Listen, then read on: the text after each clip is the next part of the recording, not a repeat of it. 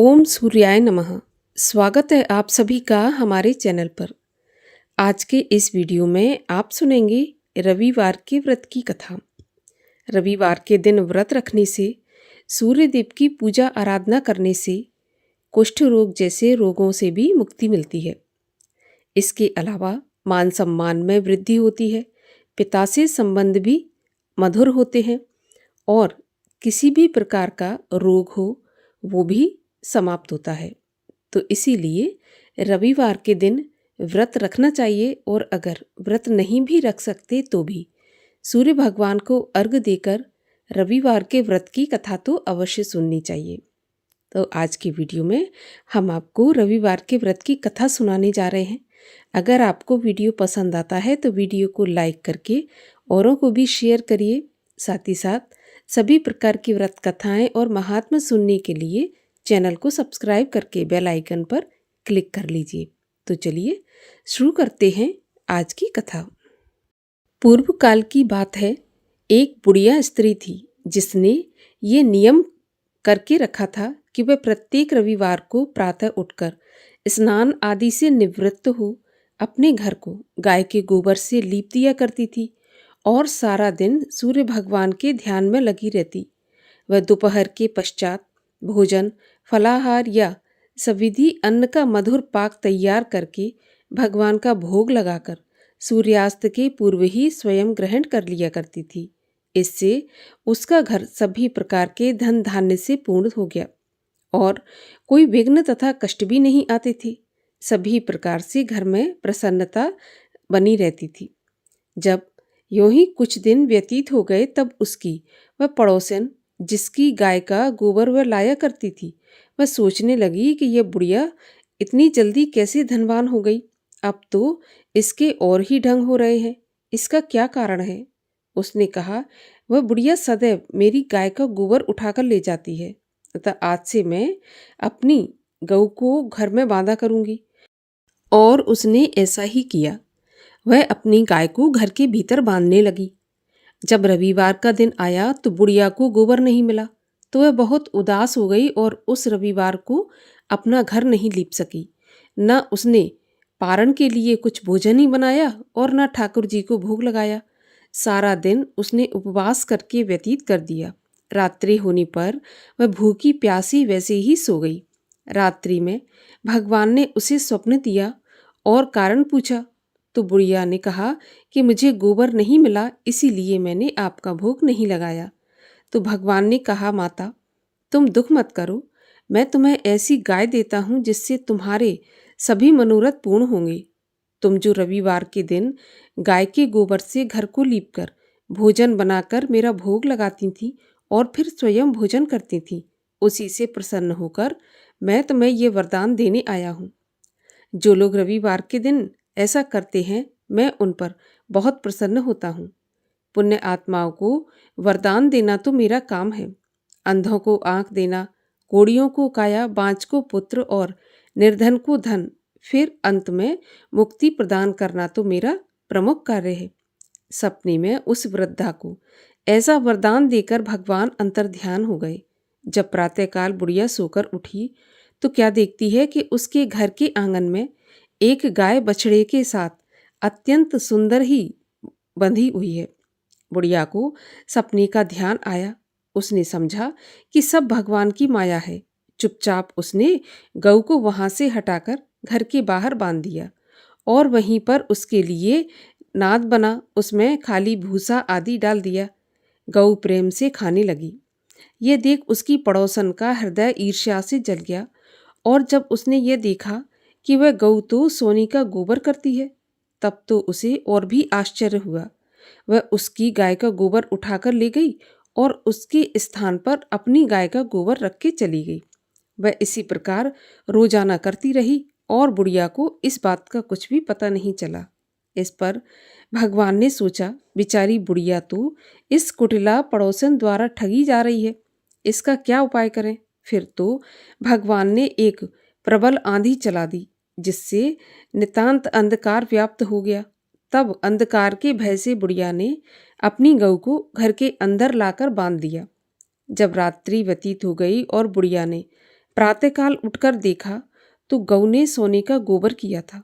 फिर तो उसे बड़ा आनंद हुआ, वह हर्ष से छा गई।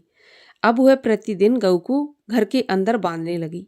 इसी से जब उसकी पड़ोसन का दांव नहीं चलता था, तब ईर्ष्या और द्वेष से जलकर उसने वहां की राजा की सभा में जाकर यह कह दिया कि महाराज, मेरी पड़ोसन एक बुढ़िया है जिसके पास एक ऐसी गाय है जो उसके पास रहने के योग्य नहीं है, तथा आप जैसे राजा महाराजाओं के ही पास रहने के योग्य है, क्योंकि वह रोज सोने का गोबर देती है।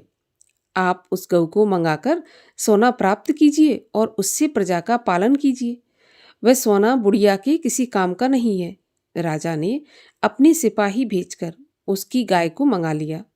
जब वह गाय महल में आई तो उसकी सुंदरता को देखकर राजा अत्यंत प्रसन्न हुआ और उसे महल के अंदर बंधवाकर वहां रक्षक नियुक्त कर दिए तथा ये आज्ञा दी कि मेरी आज्ञा के बिना इसका गोबर कोई नहीं उठाए। राजा को प्रसन्नता के मारे रात भर नींद नहीं आई और वह इस आशा में पड़ा करवटें बदलता रहा कि कब प्रातःकाल होगा और कब सोने का गोबर देखूंगा। परंतु प्रातः होने पर राजा ने जाकर देखा तो गाय के गोबर से सारा महल गंदा हो रहा है और सोने का कोई नामो निशान नहीं था। फिर तो राजा को बड़ा क्रोध आया। उसने सिपाहियों को भेजकर उस बुढ़िया को बुलवाया जिसकी ये गाय थी। बुढ़िया राजा की सभा में आई। तब राजा ने पूछा कि माँ, मैंने सुना था कि तुम्हारी गाय सोने का गोबर देती है, इसीलिए मैंने तुम्हारी गाय को मंगवाया। क्या ये बात सच है? किंतु यहाँ तो ये बात सत्य नहीं हुई। गऊ ने सोने का गोबर नहीं दिया। उसका क्या कारण है, ये मुझे बताओ। तो बुढ़िया बोली, महाराज, मेरा ये नियम है कि प्रातःकाल उठकर नित्य क्रिया स्नान आदि से निवृत्त हो नित्य ही मैं अपने घर को गोबर से लीपती हूँ। फिर भोजन बनाकर भगवान को भोग लगाकर ही प्रसाद पाती हूँ। इस नियम के करने से भगवान प्रसन्न होते हैं। जो निर्धन होते हैं उसे धन देते हैं, रोगी दुखी के कष्ट हरते हैं, निस्संतान को संतान का सुख देते हैं और अंत में मोक्ष प्रदान करते हैं। महाराज, जब यह गऊ मेरे पास नहीं थी तब मैं अपनी पड़ोसन की गाय का गोबर लिया करती थी। एक दिन पड़ोसन ने मुझे गोबर नहीं लेने दिया तो मैं अपना नित्य का नियम पालन नहीं कर सकी, ना भोजन बनाया और ना भगवान को भोग लगाया और ऐसी ही भूखी सो रही। तब भगवान ने मेरे इस कर्म से प्रसन्न होकर रात्रि में स्वप्न देकर मुझे यह गाय दी है। इस गऊ को देखकर मेरी पड़ोसन ईर्ष्या से जल गई और उसने आपको यह समाचार दिया और आपने मेरी गऊ को यहाँ मंगा लिया। इसमें मेरा कोई दोष नहीं है। तब राजा ने कहा कि बुढ़िया माँ, तुम मुझे क्षमा करो और अपनी गाय ले जाओ। मैं तुम्हारी पड़ोसन को उचित दंड भी दूंगा जिसने तुम्हारे धर्म कर्म को देखकर ऐसी ईर्ष्या की। फिर तो राजा ने स्वागत के साथ बुढ़िया की गाय को लौटा दिया। बुढ़िया गाय लेकर अपने घर आई और राजा ने उस पड़ोसन को बुलाकर उचित दंड दिया और सारे नगर में इस नियम की घोषणा कर दी कि सभी लोग रविवार का व्रत किया करें और सूर्य भगवान की पूजा किया करें, तथा राजा स्वयं भी इस नियम का पालन करने लगा। इसके प्रभाव से उस राजा के राज्य में कभी किसी प्रकार का रोग और दोष नहीं हुआ और सारी प्रजा सुख से रहने लगी। बोलिए सूर्य भगवान की जय। और अब सुनिए श्री आदित्य हृदय स्तोत्र का पाठ सरल और शुद्ध हिंदी में। लंका में रावण की सेना के साथ युद्ध करने से थके हुए युद्ध भूमि में रावण के पराक्रम का विचार करने वाले और परस्पर संग्राम के लिए सामने आए हुए रावण को जब श्री राम ने देखा, तभी देवताओं के साथ राम रावण युद्ध देखने के लिए आए हुए घटयोनी ऋषि अगस्त श्री राम के पास जाकर बोले, हे वत्स अजान बाहु रामचंद्र, मैं तुम्हें परंपरा से चली आ रही एक गुप्त रहस्य विद्या बताता हूँ जिससे तुम सभी शत्रुओं पर रणभूमि में विजय प्राप्त करोगे। यह गोपनीय आदित्य हृदय नामक स्तोत्र परम पवित्र, तेजस्वी, सभी शत्रुओं का नाशक, सदा विजय दिलाने वाला, नित्य जप करने योग्य, कभी न नष्ट होने लायक और परम कल्याणकारक है। सभी शुभ कर्मों में मंगलदायी, सभी पापों का नाशक, समस्त चिंताओं, दुखों, शोक आदि को शांत करने वाला और आयु बढ़ाने वाला ये उत्तम स्तोत्र है। तुम देवों और राक्षसों के द्वारा पूजित, समस्त लोकों के शासक, प्रकाश देने वाले, तेजोमय किरणों वाले, प्रातःकाल उषा की लालिमा से ऊपर उदय हो रहे भगवान विवस्मान सूर्य की आराधना। ओम रश्मि मते नमः, समुद्यते नमः, देवासुर नमस्कृताय नमः, विवस्वते नमः, भास्कराय नमः, भुवनेश्वराय नमः इन नामवाचक मंत्रों से करो। इस आदित्य देवता में सभी देवता विराजते हैं। ये अपूर्व तेजोमय प्रकाश पुंज किरणों से मंडित है। वह अपनी प्रभा से देवों और असुरों के समूह और समस्त लोकों की रक्षा करता है। अर्थात समस्त देवता इन्हीं सूर्य के रूप हैं। यह अपनी किरणों से जगत को शक्ति और स्फूर्ति देता है और इससे ही वह सबका पालन करता है। यही सूर्य समस्त लोकों का सृजन करने के कारण और बृहत आकार प्रकार के कारण ब्रह्मा अपनी तेजो राशि से शीत तथा अंधेरे को नष्ट कर सभी वनस्पतियों का पोषक होने से समस्त प्राणी जगत का पालक रक्षक होकर सर्वत्र फैला हुआ विष्णुदेव सबका कल्याण कारक होने तथा संहारक होने से शिवरूप सभी प्राणियों को ऊर्जा स्फूर्ति देने के कारण और दैत्यों का नाश करके पृथ्वी का भार उतारने के कारण स्कंद अर्थात स्वामी कार्तिकेय समस्त प्रजा का पालक रक्षक होने से ऋषि प्रजापति इंद्रादि देवों से वंदित होने से इंद्र से भी महान सबको स्वास्थ्य और आयु रूपी धन देने के कारण धनत कुबेर सबका समय पर संहार करने वाले देव के रूप में प्रसिद्ध होने के कारण काल रूप और मृत्यु का अधिष्ठाता देवता यमराज अपनी शीतल किरणों और शुभ प्रकाश से प्राणियों वनस्पति जगत और नक्षत्र मंडल को सुख शांति देने वाला होने से सोम चंद्रमा और समस्त तरल पदार्थों का स्वामी जल निधि का प्रतिनिधि देवता वरुण है। यही आदित्य देवता सभी प्राणियों का पितर पूर्वज है।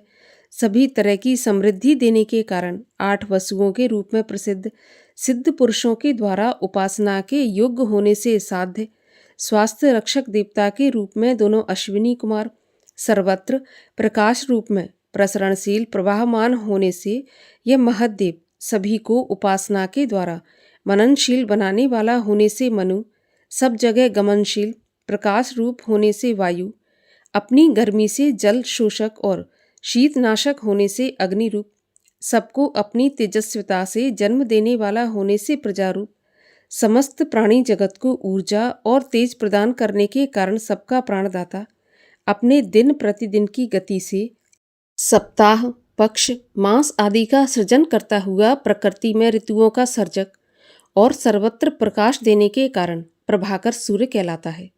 प्रजापति महर्षि कश्यप की पत्नी अदिति के तेज से उत्पन्न सब प्राणियों को जन्म देने वाले सूर्य आकाश में भ्रमण करने वाले अपनी किरणों की गर्मी और प्रकाश से जगत का पोषण करने वाले किरणों की माला वाले प्रातः उदय के समय तपे हुए सोने के समान रंगरूप वाले शीत नाश करने के कारण अच्छे लगने वाले ब्रह्मांड की उत्पत्ति के कारण हिरण्यरेता परम तेजस्वी और रात्रि का अंधेरा दूर कर दिन को प्रकट करने वाले हैं।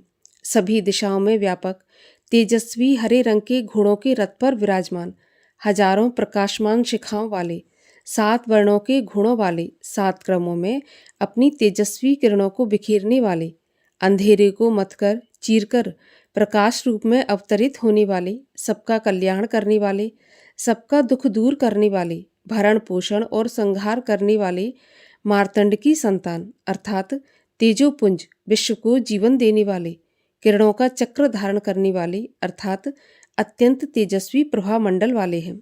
प्रजापति विश्व को रचने वाले प्रकाश पुंज को अपने अंदर छिपाए हुए तेजस्वी हिरण्यगर्भ ब्रह्मा स्वभाव से सबको सुख देने वाले अपनी प्रखर प्रचंड गर्मी से तीनों लोकों को तपाने वाले रात्रि नष्ट कर दिन को प्रकट करने वाले सभी प्राणियों को प्राण देने वाले समस्त प्राणियों द्वारा स्तुति के युग अत्यधिक गर्मी को अपने अंतः में संभाले हुए अदिति माता की संतान सभी रिद्धि सिद्धियों के दाता शंख आनंद रूप व्यापक और संसार से ठंडक दूर करने वाले हैं।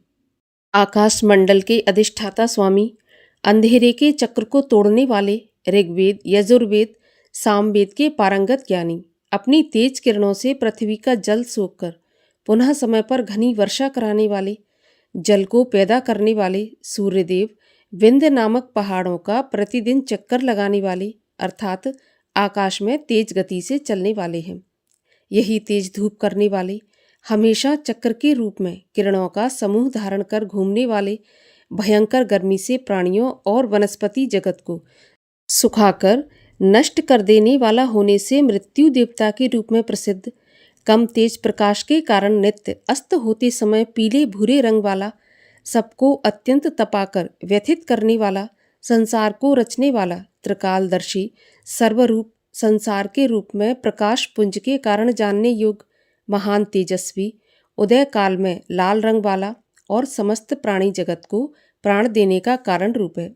सभी दिखाई पड़ने वाले और ना दिखाई पड़ने वाले तारामंडल और शक्तिशाली ग्रहों नक्षत्रों के स्वामी, सारे संसार को रचने वाले, अत्यंत तेजस्वी और 12 महीनों में 12 राशियों में भ्रमण कर 12 समान रूप में व्यक्त, हे आदित्य आपको नमस्कार है। पूर्व दिशा में पहाड़ की तरह उदय होते हुए दिखने के कारण उदयाचल को अस्त होते समय पश्चिम सुमेरु पर्वतमाला को तेजोपुंज से प्रकाशित करने वाले देव आपको नमस्कार है। सभी तेज प्रकाश देने वाले ग्रहों तारों के अधिपति और दिन की स्वामी आपको नमस्कार है। हे जय स्वरूप, विजय तथा कल्याणदायक आपको नमस्कार है। आपके दिव्य रथ में हरे रंग के घोड़े हैं, आपको बार बार नमस्कार है। हजारों किरणों से शोभायमान आपको अनेक नमस्कार हैं। अदिति के पुत्र होने के कारण हे आदित्य सूर्य आपको बार बार नमस्कार है। भक्तिहीन लोगों, नास्तिकों के लिए अत्यंत भयंकर रूप वाले, शक्तिशाली, अत्यंत तेज गति वाले सारंग सूर्यदेव आपको नमस्कार है। अपने उदय काल के कमलों को विकसित करने वाले, अत्यंत तीखी गर्म किरणों वाले प्रचंड मार्तंड देव आपको बार बार प्रणाम है। हे देव, आप प्रजापति ब्रह्मा, सृष्टि संहार करने वाले शिव और सब जगह मौजूद विष्णु के भी स्वामी हैं। आप सूर्य हैं, ये सौर मंडल आपका ही तेज स्वरूप है। आप प्रकाश पुंज हैं, सबको जला देने वाली आग आपका ही रूप है। आप विश्व के संहार प्रलय काल में रौद्र रूप धारण करने वाले आपको नमस्कार है। हे देव, आप अज्ञान रूपी अंधेरे को मिटाने वाले हैं, जड़ता और ठंडक को दूर करने वाले और दुश्मनों काम, क्रोध, मद, मोह, लोभ और मत्सर रूपी मनुष्य के वास्तविक शत्रुओं को नष्ट करने वाले हैं। असीमित आकार प्रकार वाले, किए गए उपकार को महत्व न देने वाले प्राणियों को कठोर दंड देने वाले, समस्त प्रकाशक, नक्षत्रों, तारों, ग्रहों के स्वामी देव स्वरूप आपको बार बार प्रणाम है। आपका तेज तपे हुए सोने के समान दीप्त है। आप अज्ञान को हरने के कारण हरि हैं, संसार को रचने के कारण विश्वकर्मा है, तम को नष्ट करने वाले प्रकाश रूप और संसार के सभी कर्मों के साक्षी आपको नमस्कार है। हे रामचंद्र, भगवान सूर्य ही संसार के सभी प्राणियों तथा तत्वों का संहार, सृष्टि और पालन तथा रक्षा करते हैं। यही अपनी प्रभा में तेज किरणों से गर्मी पहुंचाते हैं, फिर क्रमशः वर्षा कराते हैं। ये सूर्य ही सभी पदार्थों, प्राणियों में अंतर्यामी रूप में विद्यमान होकर इनके विश्राम के समय भी चैतन्य रूप में जागते रहते हैं। यही देवताओं की प्रसन्नता के लिए, स्वर्ग आदि फल की कामना के लिए किए जाने वाले यज्ञ आदि अग्निहोत्र और याचक पुरुषों को मिलने वाला पुण्य फल भी तुम ही हो। यज्ञों में भाग ग्रहण करने वाले सभी देवगण, यज्ञों के पुण्य रूप भी ये सूर्य देव ही है, क्योंकि समस्त लोकों में जितने भी कर्म हैं उनको फल तक परिणित करने और पहुंचाने में ये पूरी तरह समर्थ हैं। हे रघुनंदन, इस आदित्य हृदय को मुसीबतों में, कठिन समय में, दुसाध्य रास्तों में और किसी भी भयंकर संकट के समय जो कोई जपता है वह दुख में नहीं पड़ता। इसलिए तुम मन लगाकर इन देवताओं के स्वामी, संसार के ईश्वर सूर्य देव की आराधना करो। इस आदित्य हृदय स्तोत्र को 3 बार अर्थ सहित भावना करके जप करो, इससे तुम्हें युद्ध में विजय प्राप्त होगी। हे महाशक्तिशाली, तुम जप करके इसी क्षण रावण का वध करने में समर्थ हो सकोगे। ऐसा कहकर जिस तरह मुनि अगस्त आए थे उसी तरह चले गए। ये सुनकर परम तेजस्वी श्री रघुनंदन राम का शोक दूर हो गया। उन्होंने हर्षित होकर आदित्य हृदय स्तोत्र को शुद्ध मन से धारण किया। सूर्यदेव का स्मरण और दर्शन करते हुए इस स्तोत्र का एकाग्र शुद्ध चित्त से 3 बार जल का आचमन लेकर जप किया। इससे उन्हें बहुत प्रसन्नता हुई।